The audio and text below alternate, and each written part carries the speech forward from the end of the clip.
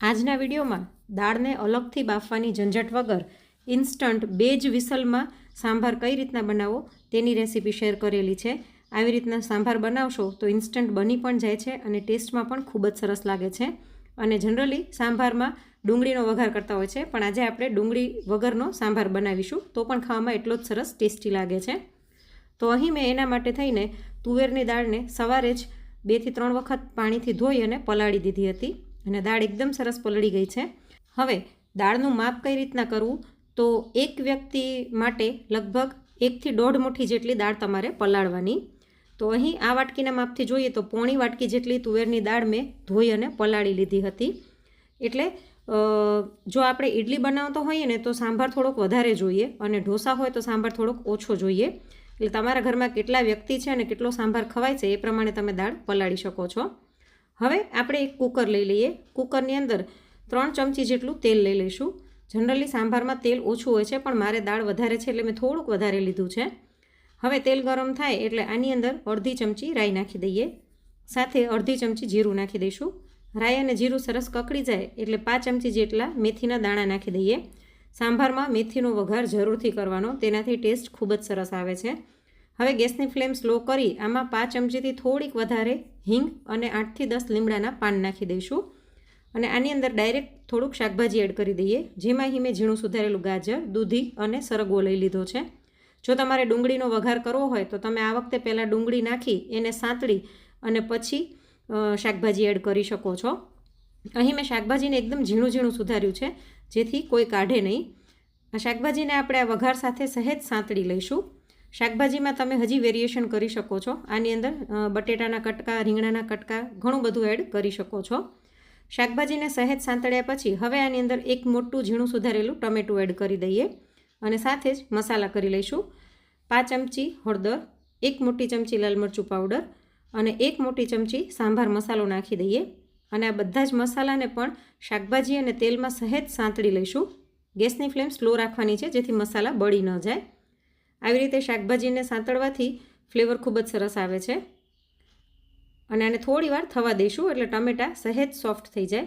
તો લગભગ 1 થી 1.5 મિનિટ મેં આને થવા દીધું છે અને શાકભાજી આપણું સહેજ સોફ્ટ થઈ ગયું છે। તો હવે આની અંદર આપણે દાળ એડ કરી દઈએ। આપણે જે દાળ પલાળી હતી એને નિતારીને આની અંદર એડ કરીશું। પલાળેલું પાણી જે હોય ને દાળનું એ ક્યારેય ઉપયોગમાં નહીં લેવાનું, એને કાઢી અને બીજું ફ્રેશ પાણી લેવાનું। તો બધી જ દાળ મેં આની અંદર એડ કરી દીધી છે। હવે આની અંદર આપણે સ્વાદ પ્રમાણે મીઠું નાખી દઈએ અને દાળને પણ આ શાકભાજી અને મસાલા સાથે સહેજ સાંતળી લઈશું, જેથી દાળનો ફ્લેવર ખૂબ જ સરસ આવશે, મોરી નહીં લાગે।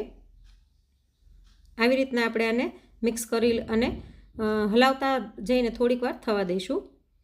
ફ્રેન્ડ્સ, તમે કયા કયા શહેરમાંથી મારા વિડીયોઝ જોઈ રહ્યા છો તે મને કોમેન્ટ કરીને જરૂરથી જણાવજો અને જો તમને મારા વિડીયો ગમતા હોય તો વિડીયોને 1 લાઇક જરૂરથી કરી દેજો અને જો ચેનલ ઉપર તમે નવા હો તો ચેનલને સબસ્ક્રાઈબ કરી બાજુમાં આપેલા બેલ આઇકનને ઓલ પર કરી નાખજો, જેથી દરેક નવા વિડીયોની નોટિફિકેશન તમને મળતી રહે।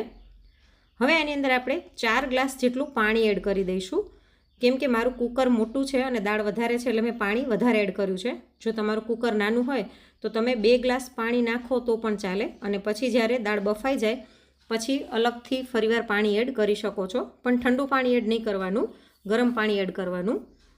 તો હવે આપણે કુકરનું ઢાંકણું બંધ કરી અને મીડિયમ ફ્લેમ પર 2 સીટી વગાડી લઈશું, કેમ કે દાળ આપણી એકદમ સરસ પલળી ગઈ હતી એટલે 2 સીટીમાં એકદમ સરસ ચડી જશે।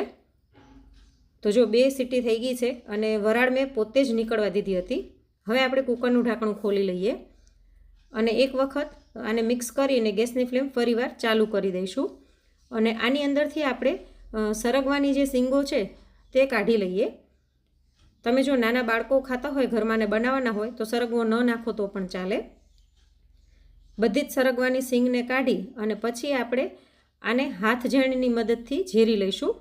આવી રીતના કરવાથી જે આપણે શાકભાજી એડ કર્યું છે, ગાજર, દૂધી, એ પણ થોડું થોડું ક્રશ થઈ જશે, જેના કારણે બાળકો શાકભાજી ખાઈ લેશે, અલગથી કાઢશે નહીં, નહીંતર બાળકો બધા શાકભાજી અલગ કાઢી નાખતા હોય છે। તો જો દાળ સરસ આપણી ઝેરાઈ ગઈ છે અને એકદમ પરફેક્ટ કન્સિસ્ટન્સી છે, એટલે હું આની અંદર પાણી એડ નથી કરતી। આપણે જે શીંગો અલગ કાઢી હતી ત્યાંની અંદર એડ કરી દઈએ। જો તમને એવું લાગે કે સાંભાર થોડોક ઘાટો લાગી રહ્યો છે તો તમે નવશેકું પાણી આની અંદર એડ કરી શકો છો। હવે ખટાશ માટે આની અંદર આપણે આંબલીનું પાણી નાખી દઈએ. તો 1 મોટી ચમચી આંબલીને મેં નવશેકા પાણીમાં થોડીક વાર પલાળી દીધી હતી અને પછી એને મસળી અને આવી રીતના આંબલીનું પાણી આપણે એડ કરી દઈશું, લગભગ 2 થી 3 ચમચી જેટલું. જો તમને આંબલીની ખટાશ નડતી હોય તો તમે આની અંદર લીંબુનો રસ અથવા તો કોકમના ફૂલ પણ એડ કરી શકો છો ખટાશ માટે. અને હવે ખટાશને બેલેન્સ કરવા માટે 1 મોટી ચમચી જેટલો ગોળ નાખી દઈશું અને આને મિક્સ કરી લઈશું. આનાથી સાંભાર ગળ્યો નહીં થાય પણ ખટાશ બેલેન્સ થશે એટલે ટેસ્ટ સરસ આવશે. અને મીડિયમ ફ્લેમ પર આને થોડીક વાર થવા દઈએ. ત્યાં સુધી આપણે એક બીજો વઘાર તૈયાર કરીશું. એક વઘારિયામાં 1 મોટી ચમચી તેલ લઈ તેમાં 6 થી 7 લીમડાના પાન અને 4 બોરિયા લાલ મરચાં નાખી અને ગેસની ફ્લેમ બંધ કરી દઈશું. અને 1 ચમચી સાંભાર મસાલો અને 1 ચમચી લાલ મરચું પાવડર નાખી દઈએ. મસાલા બળે નહીં તેનું ધ્યાન રાખવાનું, નહીંતર ટેસ્ટ સારો નહીં આવે. એટલે ગેસ ઉપરથી ઉતાર્યા પછી જ મસાલા એડ કરવાના. અને આ ગરમ ગરમ વઘારને આપણે સાંભાર ઉપર રેડી દઈએ. તો આ સાંભારમાં આપણે 2 વઘાર કર્યા છે, જેના કારણે એનો ટેસ્ટ ખૂબ જ સરસ આવે છે અને ખૂબ ઝડપથી બની પણ જાય છે. 10 જ મિનિટની અંદર સાંભાર બનીને તૈયાર થઈ જાય છે. તો આપણે આને બરાબર મિક્સ કરી લઈએ અને આની કન્સિસ્ટન્સી જોઈ લેવાની. તમારે ઘરમાં ઘાટો પાતળો જેવો સાંભાર ગમતો હોય એ પ્રમાણે તમે એડજસ્ટ કરી શકો છો, પણ આપણો સાંભાર એકદમ પરફેક્ટ છે. તો હવે ગેસની ફ્લેમ બંધ કરી અને ઉપરથી થોડીક ઝીણી સુધારેલી કોથમીર નાખી દઈશું. તો છે ને, હવે સાંભાર બનાવવો એકદમ સરળ.